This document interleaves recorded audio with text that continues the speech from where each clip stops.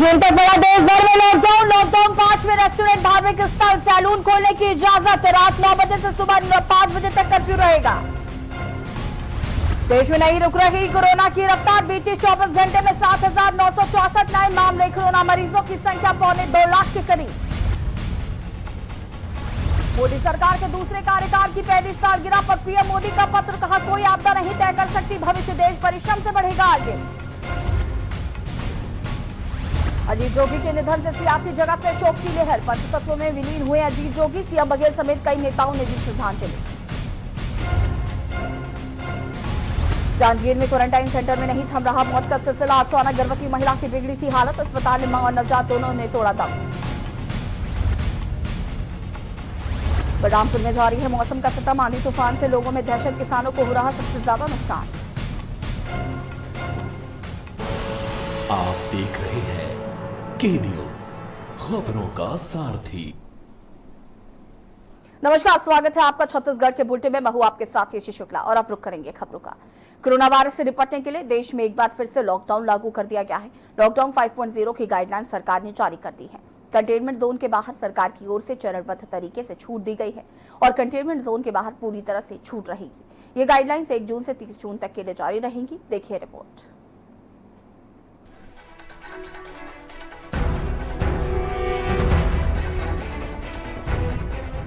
Corona virus से निपटने के लिए देश में एक बार फिर लॉकडाउन लागू कर दिया गया है। लॉकडाउन 5 को लेकर अटकलों का दौर खत्म हो गया है। देश में लॉकडाउन 4.0 खत्म होने से पहले लॉकडाउन 5.0 की गाइडलाइन सरकार ने जारी कर दी है। कंटेनमेंट जोन के बाहर सरकार की ओर से चरणबद्ध तरीके से छूट दे दी गई है। देश में लॉकडाउन 5.0 को लागू किया गया है। लॉकडाउन 5 1 जून से 30 जून तक लागू रहेगा। शर्तों के साथ धार्मिक स्थल खुलेंगे। रात 9 बजे से सुबह 5 बजे तक कर्फ्यू रहेगा। बता दें कि कोरोना वायरस के संक्रमण को रोकने के लिए देश में लागू लॉकडाउन का चौथे चरण का यानी 31 मई को आखिरी दिन है। चौथा लॉकडाउन 18 मई से 31 मई तक के लिए लगाया गया था।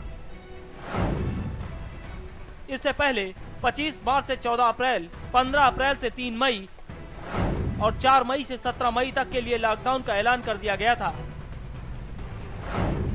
गौरतलब है कि लॉकडाउन 5 के ऐलान से पहले केंद्रीय गृह मंत्री अमित शाह ने प्रधानमंत्री नरेंद्र मोदी से मुलाकात की थी। सूत्रों के मुताबिक इस मुलाकात में लॉकडाउन समेत कई अहम मुद्दों पर चर्चा हुई थी। प्रधानमंत्री और गृह मंत्री के बीच फिर से करीब 1 घंटे तक मुलाकात चली। इससे पहले शुक्रवार को भी दोनों नेताओं के बीच करीब 2 घंटे तक बैठक हुई थी। नए दिशा निर्देशों के मुताबिक जो जरूरी चीजें हैं उनके लिए कोई कर्फ्यू नहीं रहेगा। रात को 9 बजे से लेकर सुबह 5 बजे तक अब नाइट कर्फ्यू रहेगा। अभी तक ये शाम 7 बजे से सुबह 7 बजे तक था। स्कूल, कॉलेज और शैक्षणिक संस्थान खोले जाने पर फैसला सरकार बाद में लेगी। मंदिर, मस्जिद, गुरुद्वारा, चर्च शर्तों के साथ खोले जाएंगे। 8 जून से सभी राज्यों में शॉपिंग मॉल चरणबद्ध तरीके से खोले जाएंगे। स्कूल, कॉलेज जुलाई से खोले जा सकते हैं। 8 जून से रेस्टोरेंट खुल जाएंगे। थिएटर, पब, बार और मेट्रो सेवा बंद रहेगी। कंटेनमेंट जोन भी 30 जून तक बंद रहेंगे। फर्टिलिटी रेट या मृत्यु दर है वो गिर रहा है और एक प्रकार से जो कर्व है वो फ्लैटन आउट होता जा रहा है। तो वो अनलॉक 1 की तरफ भारत अब जा रहा है। उसके गाइडलाइन जो आ रहे हैं उसका स्वागत करते हैं और उसके आधार पर हम सभी राज्यों को उसकी स्टडी करते हुए अपने राज्यों में लागू करना है। सरकार ने शर्तों के साथ धीरे धीरे कई चीजों में छूट देनी शुरू कर दी है। लॉकडाउन 4 के मुकाबले सरकार ने अर्थव्यवस्था को पटरी में लाने के लिए लॉकडाउन 5 में ज्यादा छूट दी है। स्पेशल डेस्क के न्यूज। कोरोना संकट और लॉकडाउन के बीच प्रधानमंत्री नरेंद्र मोदी के दूसरे कार्यकाल का पहला साल पूरा हो रहा है और इस अवसर पर प्रधानमंत्री मोदी ने देश की जनता के नाम पत्र लिखा, जिसमें उन्होंने पिछले 1 साल की सरकार की उपलब्धियों का जिक्र किया। साथ ही ये भी कहा कि 1 साल में लिए गए बड़े फैसले सपनों की उड़ान हैं। वर्ष 2014 में आपने, देश की जनता ने देश के बड़े परिवर्तन के लिए वोट किया था, देश की नीति और रीति बदलने के लिए वोट किया था। उन 5 वर्षों में देश ने व्यवस्थाओं को जड़ता और भ्रष्टाचार के दलदल से बाहर निकलते हुए देखा है। उन 5 वर्षों में देश ने अंत्योदय की भावना के साथ गरीबों का जीवन आसान बनाने के लिए गवर्नेंस को परिवर्तित होते देखा है। उस कार्यकाल में जहां विश्व में भारत की आन बान शान बढ़ी, वहीं हमने गरीबों के बैंक खाते खोलकर उन्हें मुफ्त गैस कनेक्शन देकर, मुफ्त बिजली कनेक्शन देकर, शौचालय बनवाकर, घर बनवाकर गरीब की गरिमा भी बढ़ाई। उस कार्यकाल में जहां सर्जिकल स्ट्राइक हुई, एयर स्ट्राइक हुई, वहीं हमने 1 rank 1 pension, 1 nation 1 tax, GST, किसानों की एमएसपी की बरसों पुरानी मांगों को भी पूरा करने का काम किया। वह कार्यकाल देश की अनेकों आवश्यकताओं की पूर्ति के लिए समर्पित रहा। बीते 6 वर्षों की इस यात्रा में आपने निरंतर मुझ पर आशीर्वाद बनाए रखा, अपना प्रेम बढ़ाया है। आपके आशीर्वाद की शक्ति से ही देश पिछले 1 साल में ऐतिहासिक निर्णयों को और विकास की अभूतपूर्व गति के साथ आगे बढ़ा है। लेकिन फिर भी मुझे पता है कि अब भी बहुत कुछ करना बाकी है। देश के सामने चुनौतियां अनेक हैं, समस्याएं अनेक हैं। मैं दिन रात प्रयास कर रहा हूं। मुझ में कमी हो सकती है, लेकिन देश में कोई कमी नहीं है और इसलिए मेरा विश्वास स्वयं से ज्यादा आप पर है। आपकी शक्ति आपके सामर्थ्य पर है। मेरे संकल्प की ऊर्जा आप ही हैं। आपका समर्थन, आपका आशीर्वाद, आपका स्नेह है। वैश्विक महामारी के कारण यह संकट की घड़ी तो है ही, लेकिन हम देशवासियों के लिए यह संकल्प की घड़ी भी है। हमें ये याद रखना है कि 130 करोड़ भारतीयों का वर्तमान और भविष्य कोई आपदा या कोई विपत्ति तय नहीं कर सकती। हम अपना वर्तमान भी खुद तय करेंगे और अपना भविष्य भी। हम आगे बढ़ेंगे, हम प्रगति पथ पर दौड़ेंगे, हम विजयी होंगे। हमारे यहाँ कहा गया है, कृतम में दक्षिणे हस्ते, जयो में सभ्य आहित।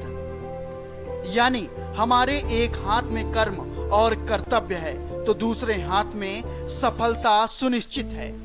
देश के निरंतर सफलता की इसी कामना के साथ मैं आपको पुनः नमन करता हूँ। आपको और आपके परिवार को मेरी हार्दिक शुभकामनाएं। स्वस्थ रहिए, सुरक्षित रहिए, जागृत रहिए, जागरूक रहिए। आपका प्रधान सेवक नरेंद्र मोदी।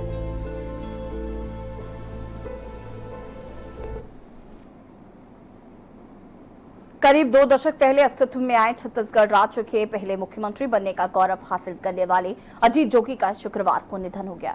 वो लगभग 20 दिनों से अस्पताल में भर्ती थे। अब आपको ग्राफिक्स के जरिए बताते हैं अजीत जोगी के बारे में अहम जानकारियां। नहीं रहे अजीत जोगी। अजीत जोगी ने मैकेनिकल इंजीनियरिंग की पढ़ाई Maulana Azad college of technology Bhopal से की। उन्होंने 1968 में यूनिवर्सिटी गोल्ड मेडल भी जीता। राष्ट्रीय प्रौद्योगिकी संस्थान रायपुर में व्याख्याता के रूप में काम किया। भारतीय पुलिस सेवा और भारतीय प्रशासनिक सेवा के लिए चुना गया। इंजीनियर, टीचर, IPS से लेकर CM तक का सफर। भारतीय प्रशासनिक सेवा की अपनी प्रतिष्ठित नौकरी छोड़कर राजनीति में आए अजीत प्रमोद कुमार जोगी जिलाधिकारी से मुख्यमंत्री की कुर्सी तक पहुंचने वाले संभवतः अकेले शख्स थे। छत्तीसगढ़ में बिलासपुर जिले के गांव में शिक्षक माता पिता के घर पैदा हुए जोगी को अपनी इस उपलब्धि पर काफी गर्व था और जब तक मौका मिलने पर अपने मित्रों के बीच वो इसका जिक्र जरूर करते थे। DM और CM बनने का सौभाग्य। युवा जोगी ने तब से ये बात गांठ बांध रखी थी जब वो मुख्यमंत्री बनने में सफल हो गए तो एक बार आपसी बातचीत में उन्होंने टिप्पणी की कि हमारे भारत में CM और PM तो कुछ लोग HD Deve Gowda, PV Narasimha Rao, BP Singh और उनके पहले मोरारजी देसाई बन चुके हैं, पर DM और CM बनने का सौभाग्य केवल मुझे ही मिला। राज्य के पहले आदिवासी CM। अपने एक संस्मरण में जोगी ने लिखा है कि वह बहुत धर्म संकट में थे और अंत में पत्नी रेणु जोगी व मित्र दिग्विजय सिंह की सलाह मानते हुए उन्होंने नामांकन दाखिल करने का फैसला किया।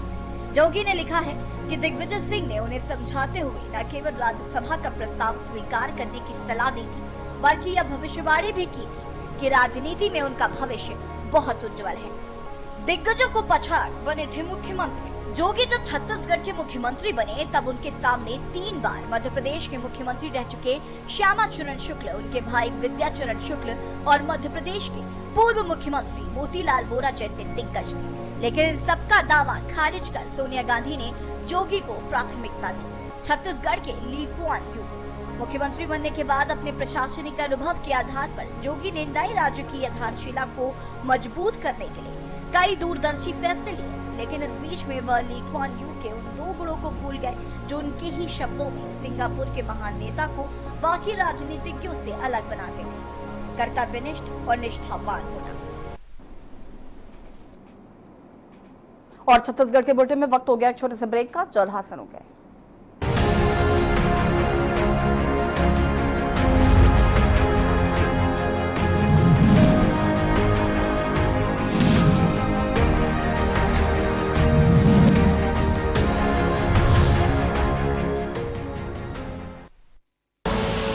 आप देख रहे हैं के न्यूज, खबरों का सारथी। घातक वायरस की सबसे तेज इंटरनेशनल अपडेट्स दिखाते हैं। कोरोना पर सबसे भरोसेमंद, संतुलित और संपूर्ण खबर बताते हैं। सत्य और तथ्य के साथ खबर, प्रयोग की प्रामाणिकता पर मोहर। लॉकडाउन में कोरोना पर नॉन स्टॉप कवरेज जारी है। TV9 भारतवर्ष, अब तो सब देख रहे हैं। आप देख रहे हैं के न्यूज, खबरों का सारथी।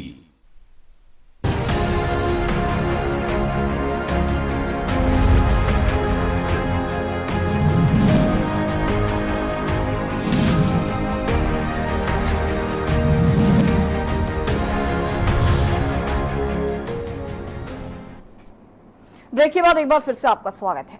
महासमुंद जिले में कोरोना पॉजिटिव का पहला केस पाया गया है। महासमुंद के बसना ब्लॉक के संतपाली गांव में पहला केस आया है, जहां क्वारंटाइन सेंटर में रखे गए प्रवासी मजदूर का कोविड-19 टेस्ट पॉजिटिव मिला है। आपको बता दें कि यहां मौजूद 15 मजदूरों का सैंपल 18 मई को जांच के लिए रायपुर एम्स भेजा गया था, जिसकी रिपोर्ट पॉजिटिव आई। जिले में पहला मामला सामने आने के बाद जिला प्रशासन हरकत में आया और क्वारंटाइन सेंटर के 3 किलोमीटर के दायरे को कंटेनमेंट जोन घोषित कर दिया। जिला प्रशासन और स्वास्थ्य विभाग की टीम संतपाली पहुंच चुकी है। संतपाली गांव में महाराष्ट्र से लौटे 15 मजदूरों को गांव के ही स्कूल में क्वारंटाइन किया गया था। इसके साथ ही स्वास्थ्य विभाग और प्रशासन की टीम मजदूरों के संपर्क में डेटा खंगालने में जुट गई है। प्रशासन ने गांव को सील कर क्वारंटाइन सेंटर के आसपास के क्षेत्रों को और पूरे गांव को सैनिटाइज किया है। साथ ही गांव में स्वास्थ्य विभाग सर्वे भी कर रही है। कलेक्टर ने मामले की पुष्टि की।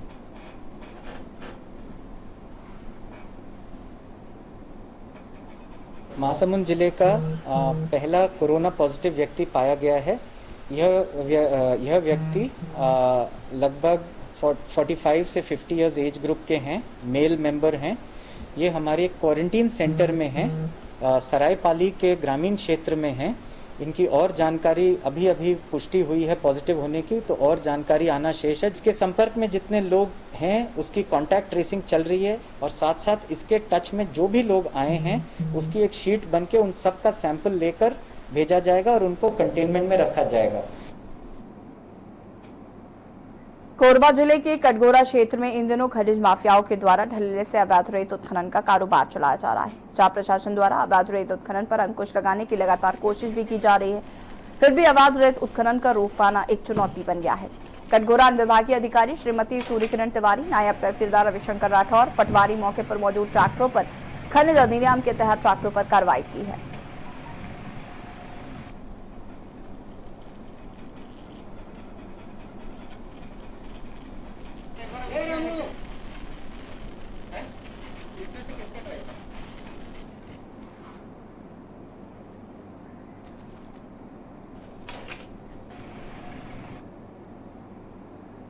खबर सूरजपुर से है, जहां स्वास्थ्य विभाग की लापरवाही देखने को मिली। आपको बता दें कि यहां वो सेफ्टी किट लावारिस हालत में रखा मिला, जिसे पहनकर स्वास्थ्य कर्मियों को क्वारंटाइन किए गए लोगों की स्वास्थ्य जांच करना होता है। ये किट लापरवाही पूर्वक क्वारंटाइन सेंटर के बाहर रखी हुई थी, जो कि स्वास्थ्य के लिए बड़ा खतरा साबित हो सकती थी। पूरे दिन ये किट यहाँ पड़ा रहा, जहां से लोग आते जाते रहे, जबकि नियमानुसार पीपीई किट के उपयोग करने के बाद सुरक्षित तरीके से डिस्पोज किया जाना चाहिए, जिसके लिए स्वास्थ्य कर्मचारियों को इसके लिए प्रशिक्षित भी किया गया है। लेकिन जिस ढंग से क्वारंटाइन सेंटर के सामने ये मिला, उससे स्वास्थ्य कर्मचारियों के साथ उनकी लापरवाही भी सामने आ रही है।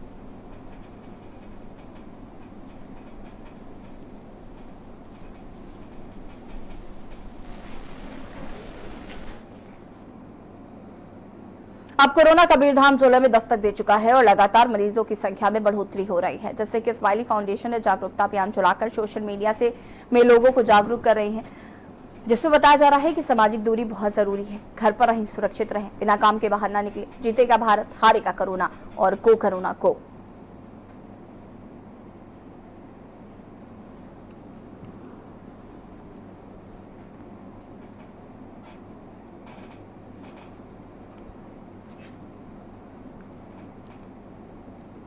छत्तीसगढ़ के प्रथम मुख्यमंत्री अजीत प्रमोद जोगी के निधन के बाद 3 दिन के राजकीय शोक दिवस घोषित किया गया है। ऐसे में बलौदाबाजार जिले के नगर पंचायत बलाईगढ़ के पंचायत भवन में लगाए गए तिरंगे झंडे का अपमान होने का वीडियो सोशल मीडिया में तेजी से वायरल हो रहा है।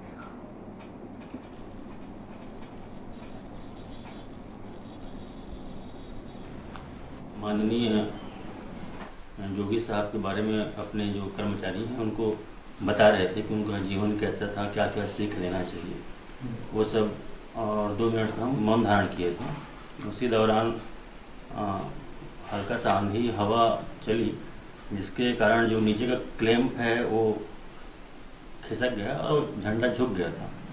चूँकि हम लोग उस वक्त शोक मुद्रा में थे और हमारा नीचे में थोड़ा सा बातचीत हो रहा था, तो ऊपर तरफ ध्यान नहीं गया। जांजगीर चांपा में क्वारंटाइन सेंटर में रुकने वाले मजदूरों की मौत का सिलसिला थमने का नाम नहीं ले रहा है। बता दें कि जिला अस्पताल में एक गर्भवती महिला और उसके बच्चे की मौत हो गई। गर्भवती महिला स्पेशल श्रमिक ट्रेन से 5 दिन पहले ही जम्मू से जांजगीर लौटी थी। लौटे के बाद उसे चांपा क्षेत्र के ग्राम हथनेवरा के क्वारंटाइन सेंटर में रखा गया था, जहां महिला के पेट में अचानक दर्द उठने पर उसे जिला अस्पताल में भर्ती करवाया गया, जहाँ प्रसव के दौरान उसके बच्चे की मौत हो गई। कुछ घंटों बाद महिला ने भी दम तोड़ दिया। मृतक महिला के परिजनों ने डॉक्टरों पर इलाज में लापरवाही का आरोप लगाया है।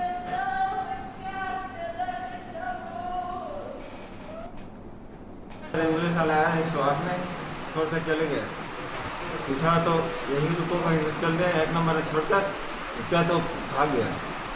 उसके बाद हम लोग खुद हो जाए डॉक्टर लोग को, नर्स हो, तो बोला पेशेंट कहाँ है, बोला तो हम लोग बोले पेशेंट वहाँ है, बोला तो लेकर आओ, बोला तब डिलीवरी की गई। ना यहाँ के डॉक्टर जा रहे हैं, ना नर्स जा रहे हैं, ना कोई नहीं जा रहा है।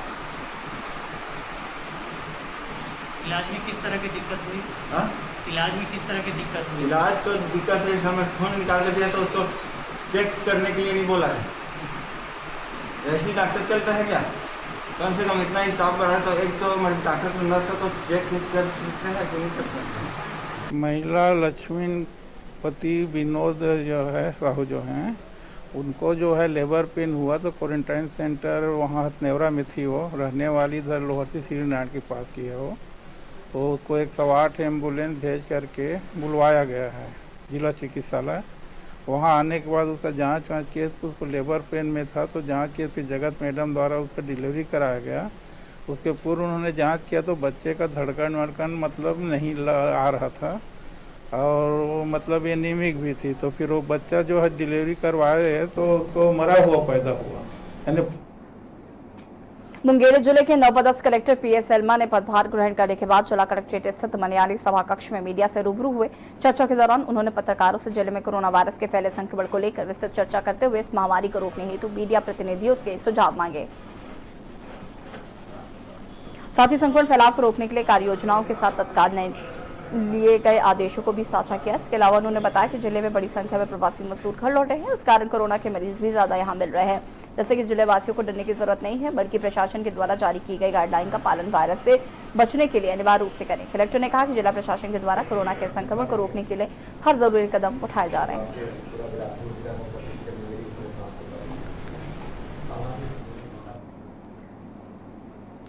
जांजगीर चांपा जिले के नवागढ़ ब्लॉक के ग्राम पंचायत कोकता में एक नाले में युवक की शव उतराता हुआ मिला। जिले में शव को उतराता हुआ देख हड़कंप मच गया। पानी में तैरते हुए शव को देखा तो उनके होश उड़ गए। तुरंत शबरी नारायण पुलिस को सूचना दी गई। सूचना मिलते ही थाने में मुंशी बलवंत और सिपाही हरि पटेल ने मौके पर पहुंचकर मृतक के परिजनों को बुलाया और शव को बाहर निकलवाया। मृतक के भाई ने बताया कि युवक का 3 वर्षों से नजदीक के गांव की लड़की से प्रेम संबंध था और दोनों शादी करना चाहते थे, पर लड़की के परिवार वालों को यह रिश्ता मंजूर नहीं था। परिजनों ने लड़की के परिजनों पर हत्या का आरोप लगाया है। फिलहाल शबरी नारायण पुलिस ने मर्ग कायम कर शव को पोस्टमार्टम के लिए भेज दिया है और सघन जांच में जुट गई है। ग्राम कुबदा से मोबाइल से सूचना मिला कि एक व्यक्ति नाला के पानी में खत्म हो गया है, अज्ञात व्यक्ति। उसकी सूचना पर मौके पर पहुंच के लाश को बाहर निकलवाए हैं। तो उस व्यक्ति के नाम रामाशंकर साहू, पिता 13 साहू, उम्र 24 साल, साकिन ग्राम मुड़पार के रूप में उसकी पहचान हुई है। छत्तीसगढ़ के बुलेटिन में फिलहाल इतना ही। देखते रहिए के न्यूज़ इंडिया। नमस्कार।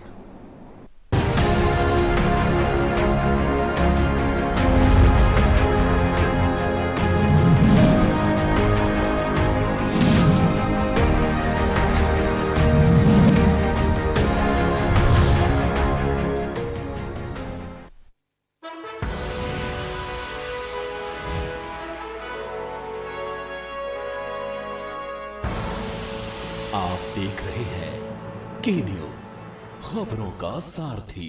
जिसने पूरी दुनिया को तड़पाया, उसके पर्दाफाश का हमने बीड़ा उठाया। कोरोना पर चीन का कच्चा चिट्ठा हम खोलेंगे, खुलकर बोलेंगे। जानलेवा वायरस वाला किलर अब बच के जाएगा किधर? कोरोना पर चीन एक्सपोज, TV9 भारतवर्ष पर हर रोज। TV9 भारतवर्ष, अब तो सब देख रहे हैं। Mount Litra Z School, Unnao, #1 in academics, #1 in sports, best teachers, best result, smart classroom, best transport facility, world class infrastructure के साथ Mount Litra Z School, Unnao।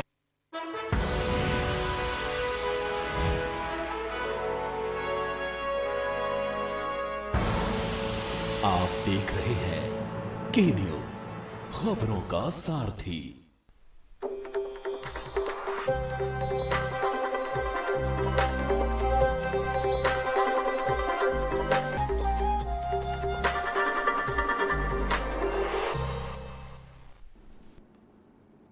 आप सभी स्नेही सुजनों को सादर नमस्कार। मैं आचार्य लंकेश आप सभी के समक्ष पुनः उपस्थित हूं समस्या का समाधान लाइव विद लंकेश में। ज्योतिष शास्त्र को लेकर के हम प्रतिदिन आपके साथ में किसी नए विषय को लेकर के इस शो के माध्यम से चर्चा करते हैं। आज मन कुछ भारी सा है क्योंकि हमारे बीच में ज्योतिष सौर मंडल का एक बहुत ही चमकदार सितारा, जिसने बॉलीवुड और न जाने दुनिया के कितने लोगों के ग्रहों की ऊर्जा को परिवर्तित करके उन्हें कामयाबी की एक ऊंचाई पर पहुंचाया, वो हमारे बीच नहीं रहे, जिन्हें हम बेजान दारू वाला के नाम से जानते हैं। ज्योतिष के बहुत ही योग्य आचार्य, ग्रहों के साथ, रत्नों के साथ, रेमेडीज के साथ में उनका बहुत पुराना नाता रहा। हम लोग कई बार उनसे एजुकेट होते रहे।